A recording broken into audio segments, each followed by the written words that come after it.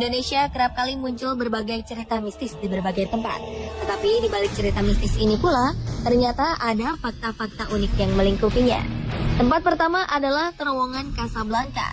Terowongan ini memang tergolong angker dan penuh dengan cerita mistis. Bahkan cerita kemistisannya diangkat dalam layar lebar. Dari terowongan Casablanca hingga kira-kira radius 40 meter sesudahnya kerap terjadi kecelakaan. Penyebabnya pun tidak masuk akal. Konon para pengendara motor atau mobil kerap melihat sosok perempuan yang tiba-tiba saja melintas di hadapan kendaraannya. Keadaan ini membuat pengemudi kendaraan kehilangan kendali dan menabrak pembatas jalan. Menurut warga sekitar, ada baiknya ketika melewati terowongan ini pengemudi kendaraan membunyikan klakson sebanyak 3 kali dengan maksud menyapa para penghuni terowongan. Faktanya, kejadian ini juga tak terlepas dari proses pembuatan jembatan Casablanca ini sendiri. Ternyata terowongan Casablanca dibangun di atas tanah pekuburan. Menurut beberapa warga, ketika pembongkaran kuburan ada satu jenazah yang masih utuh. Ditambah pada akhir 90-an seorang laki-laki parubaya tewas dengan cara menggantungkan diri dengan spanduk di terowongan Casablanca ini. Hal ini menjadikan terowongan Casablanca semakin dilingkupi aura mistis. Konon warga sekitar Casablanca kerap mendengarkan tangisan. Namun ketika sumber bunyi dihampiri, suara itu berpindah-pindah. Selanjutnya adalah Jalan Semanggi di Jakarta Selatan.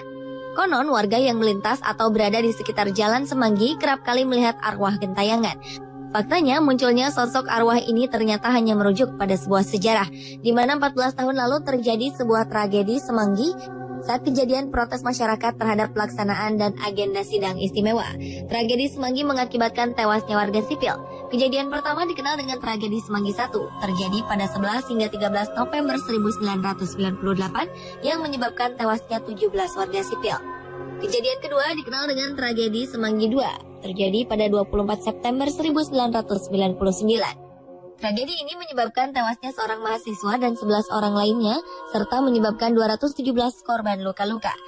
Dengan merujuk fakta sejarah inilah, konon diceritakan bahwa arwah korban tewas pada tragedi Semanggi kerap menampakkan diri dan melakukan gangguan pada warga sekitar Semanggi.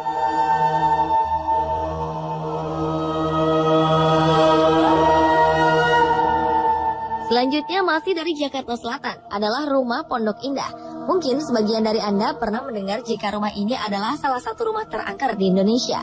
Dalam sejarah cerita yang beredar, konon akhir September 2002 lalu, seorang tukang nasi goreng hilang setelah hanya menyisakan gerobak nasi gorengnya saja di depan rumah ini. Diceritakan tukang nasi goreng ini tak pernah kembali setelah mengantarkan nasi goreng pesanan seorang perempuan ke dalam rumah. Mengenai sejarah rumah ini sendiri, konon kabarnya seisi keluarga pemilik rumah ini tewas dalam peristiwa perampokan bermotif persaingan bisnis. Sejak itu, konon beberapa orang kerap melihat sesuatu dari dalam rumah. Namun tentu saja hal ini belum terbukti kebenarannya. Bahkan beberapa waktu lalu, para tunawisma memanfaatkan rumah ini sebagai tempat tinggal mereka.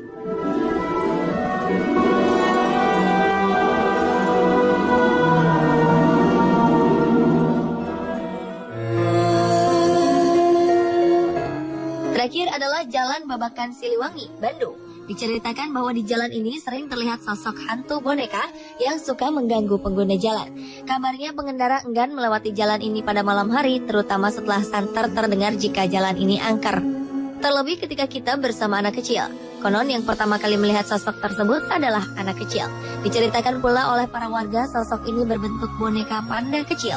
Menurut warga, dahulu pernah ada seorang anak bernama Uci. Ia meninggal akibat tabrak lari pada 1981. Nah, sang pengemudi tidak turun menolong, melainkan langsung tancap gas dan kabur. Selama dalam perawatan Rumah Sakit Saint Carolus Bandung, Uci kecil terus mengigau mencari boneka panda kesayangannya. Boneka ini sedang didekapnya saat kecelakaan. Keluarga Uci pun berusaha mencari namun tidak pernah menemukannya. Seminggu dalam perawatan, Uci mengalami koma, lalu menghembuskan nafas terakhirnya. Beberapa sumber mengatakan boneka milik Uci sebenarnya tidak bermaksud mengganggu pengguna jalan Babakan Siliwangi.